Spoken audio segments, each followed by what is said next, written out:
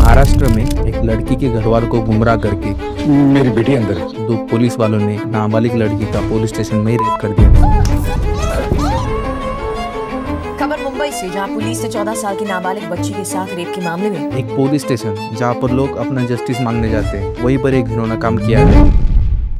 मार्च 1972 पर इंडिया ने रेप को लीगल तरीके से जाना। इस डेट पर इंडिया में पहला रेप केस रजिस्टर हुआ। विक्टिम का नाम था मथुरा, 14 ईयर्स ओल्ड, एक tribal girl from Maharashtra, Gadchiroli district. And what the worst part of this case, इस मथुरा पर कस्टडी में तुकाराम एंड गणपत नाम के इन दो पुलिस वालों ने रेप किया था। ये केस स्टार्ट होता है मथुरा और अशोक के लव अफेयर से। मथुरा एक अशोक नाम के लड़के से प्यार करती थी और शादी भी करना चाहती थी, पर मथुरा के भाई को यह मंजूर नहीं था, तो उसने पुलिस कंप्लेंट कर दी। बहन को बहला फुसला के अशोक और उसके घर वालों ने किडनैप कर लिया है और यहीं से ये सारा खेल शुरू होता है। और उसके बाद पुलिस वालों ने अशोक और मथुरा के परिवार को पूछताछ के लिए बुलाया। हमें इससे बात करनी है। और बाद में दोनों के घर वालों को घर जाने के लिए कहा गया और कुछ बोलकर मथुरा को वही रुकाया गया। और उसके बाद वहाँ होता है ये घिनौना काम, जिसे गणपत और तुकाराम नाम के पुलिस वाले अंजाम देते हैं। बाद में ये जब बात कोर्ट में गई तो इस केस को ये बोलकर खारिज कर दिया गया कि मथुरा एक सेक्स एडिक्ट है, क्योंकि अगर ये रेप होता तो उसके शरीर पर स्ट्रगल मार्क्स होते और इतनी सी छोटी एज में उसका अगर लव अफेयर है तो ऑब्वियस सी बात है वो एक सेक्स एडिक्ट है। और सेक्स के लिए मथुरा ने खुद गणपत और तुकाराम को प्रोवोक किया होगा। इसके बाद इस केस सस्पेक्ट को क्लीन चिट मिल गई।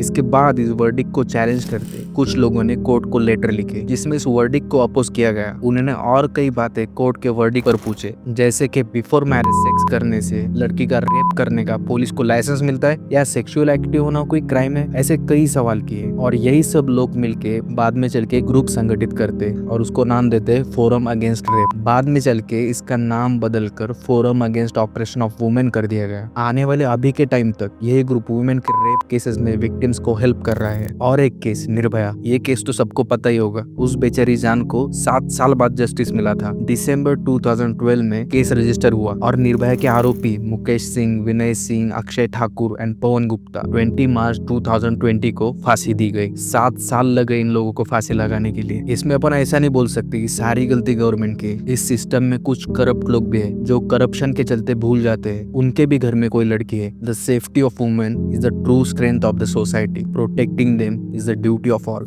अगर हम लोग इन्हें नहीं प्रोटेक्ट करेंगे तो किस कोख से जन्म लेगी मानव जाति इन फ्यूचर में। कोई भी आदमी अपने फर्स्ट अटेम्प्ट में रेप नहीं करता, उसकी शुरुआत वो छोटे छोटे स्टेप से करता है। लड़कियों को टीज करना, पीछा करना, स्टॉक करना, धीरे धीरे मॉलेस्ट, सेक्सुअल हैरेसमेंट, और उसके बाद ये धीरे धीरे रेप में कन्वर्ट होता है। और एक रेप का सेकंड मेजर रीजन है pornographic content which can easily available now thanks to Mark Zuckerberg. जब भी आप इंस्टा ओपन करो उस पर अनसुपरवाइज सॉफ्ट पॉर्न चल रहा है, जिस पर ना कोई गवर्नमेंट एक्शन ले रही है और ना ही कोई उसके बारे में बात कर रहा है, क्योंकि बहुत सारे लोगों को आजकल सॉफ्ट पॉर्न की आदत लग चुकी है। और यही सॉफ्ट पॉर्न मेल को ट्रिगर करता है और वुमेन को एक ऑब्जेक्ट के व्यू में देखना सिखाता है। और अगर इस सॉफ्ट पॉर्न से कुछ कमी रह गई होगी तो एक्चुअल पॉर्न वेबसाइट पूरा कर देती है। एक पॉर्न एडिक्ट को आप इन पर्सन मिलकर देखो, उसकी बात, उसकी हर action seems to desperate just have sex with any female. अगर वो बच्ची भी होगी तो चलेगा, उसे बस फीमेल जेंडर चाहिए। रेफरेंस के लिए अभी recent incident from Mumbai Badlapur, एक स्कूल के प्यून ने 4 साल की बच्ची को सेक्सुअली असॉल्ट किया था। हालांकि उस केस को जस्टिस मिल गया, लीगली कहो या इलीगली, बट सही हुआ जो हुआ। और इस जस्टिस पर कुछ अपोजिशन पार्टी का अपोज था। सोच सकते हो इंडिया में क्यों जस्टिस मिलना इतना इजी नहीं है। ये तो हो गए एडल्ट पॉर्न एडिक्ट। बच्चों का क्या करे? सोशल मीडिया सॉफ्ट पॉर्न से आजकल बच्चों को भी सेक्स के बारे में इंफॉर्मेशन मिल रही है, पर जो भी इंफॉर्मेशन उनको वहां से मिल रही है सब गलत है। उसी से इन्फ्लुएंस होकर आजकल बहुत सारे बच्चे भी रेप करने लगे। आए दिन कुछ ना कुछ ऐसी न्यूज सुनने में मिलती है। 10 साल के लड़के ने एक 4 साल की बच्ची पर रेप कर दिया, और ये सब उसी सॉफ्ट पॉर्न के नतीजे। मेरे पहचान में बच्चा है, 11 साल उम्र है उसकी, फिर भी फॉलो किसको करता है? मियां खलीफा को। बस 11 साल का है वो, उसे कैसे पता है मियां खलीफा? इसी सॉफ्ट पॉर्न की वजह से। ऐसे मिसगाइड से अच्छा है प्रॉपर सेक्स एजुकेशन दिया जाए, पर इस पर भी आप में से कुछ लोग एग्री नहीं करोगे। खैर होने दो, लेना दो सोशल साइट से उन लोगों को सेक्स एजुकेशन। ध्यान दिया करो आप भी अपने घर के चिल्लर पर, कहीं वो भी वहां से सेक्स एजुकेशन तो नहीं ले रहा। इसी पोर्नोग्राफी का रेफरेंस अभी हाल ही में आरजी कर मेडिकल कॉलेज में एक पीजी ट्रेन डॉक्टर का रेप एंड मर्डर मर्डर कर दिया जाता है। उसके सस्पेक्ट के बारे में भी बातें आ रही थी कि वो एक पॉर्न एडिक्ट था। केस को डाइवर्ट करने के लिए, सस्पेक्ट पर फुल श्योर होने के लिए क्या एलिगेशन लगाए गए, इस सस्पेक्ट वाज पॉर्न एडिक्ट। सबको पता है पॉर्न देखने से मेंटेलिटी में क्या चेंजेस आते हैं, ये मेडिकल फील्ड को भी पता है। इसके लिए केस के मेन एक्यूज का नाम ना आए और जो पकड़ा गया है, या आप बोल सकते हैं जो पकड़ा गया है उसी पर सब आ जाए, इसके लिए ही वाज पॉर्न एडिक्ट ऐसे बताया गया। बाद में उस केस में बहुत सारे खुलासे हुए, जैसे कॉलेज के कुछ स्टूडेंट्स वहाँ पर sex racket and drug racket चला रहे थे, उसमें प्रिंसिपल भी शामिल था। जब इस रैकेट के बारे में विक्टिम डॉक्टर को पता चला तो उन्होंने उन लोगों को धमकी दी, मैं तुम लोगों की कंप्लेंट कर ये सबको बताने वाली हूँ। तो उन लोगों ने खुद को बचाने के लिए उस डॉक्टर का रेप किया, और रेप एक आदमी ने नहीं, मिनिमम 4 से 5 लोगों ने किया। ऐसा मैं क्यों बोल रहा हूँ, क्योंकि विक्टिम के बॉडी से 150 ग्राम सीमेन मिला और एक आदमी बस 15 ग्राम सीमेन प्रोड्यूस कर सकता है, और रेप के बाद उनका मर्डर कर दिया गया। ये इंसिडेंट होने के जस्ट बाद प्रिंसिपल रिजाइन कर देता है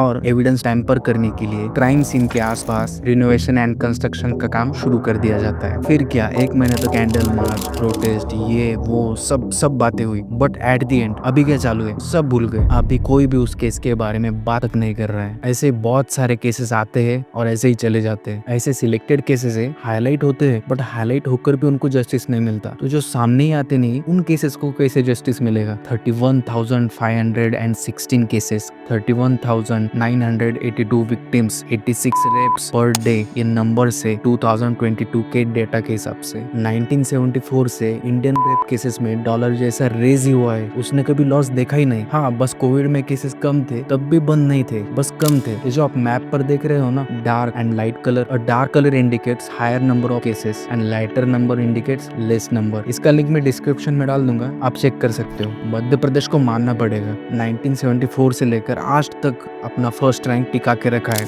but according to NCRB 2021 statics, Rajasthan reported higher number of rape cases than MP। इस गीता वर्ष को सुनकर ऐसा लगता है, यदा यदा हि धर्मस्य ग्लानिर्भवति भारत अभ्युत्थानम् अधर्मस्य तदात्मानं सृजाम्यहम् परित्राणाय साधूनां विनाशाय च दुष्कृतां धर्म संस्थापनार्थाय संभवामि युगे युगे। हमारे अंदर के भगवान को जगाने का टाइम आ गया है। हर किसी के अंदर भगवान होते हैं, बस कोई भी उस भगवान को जगाना नहीं चाहता। भगवान को जगाकर कौन अपने सिर पर पाप लेगा। सामने मर्डर या रेप होते हुए देखकर अनदेखा करना, उससे बड़ा पाप है अंदर के भगवान को जगाना। Am I right? वहाँ उज्जैन में दिन दहाड़े रोड पर रेप हो जाता है और लोग देखते रह जाते हैं। क्योंकि इस तरह की घटना दिन दहाड़े हुई, मौके पर कई लोग मौजूद थे, वीडियो तक बनाए गए। और वसई में ये इंसिडेंट, दिन दहाड़े एक लड़का एक लड़की को भरे रोड में रेंज से मार कर उसका मर्डर कर देता है। और इन सब से पहले साक्षी को साहिल नाम का एक लड़का भरे रोड पर 40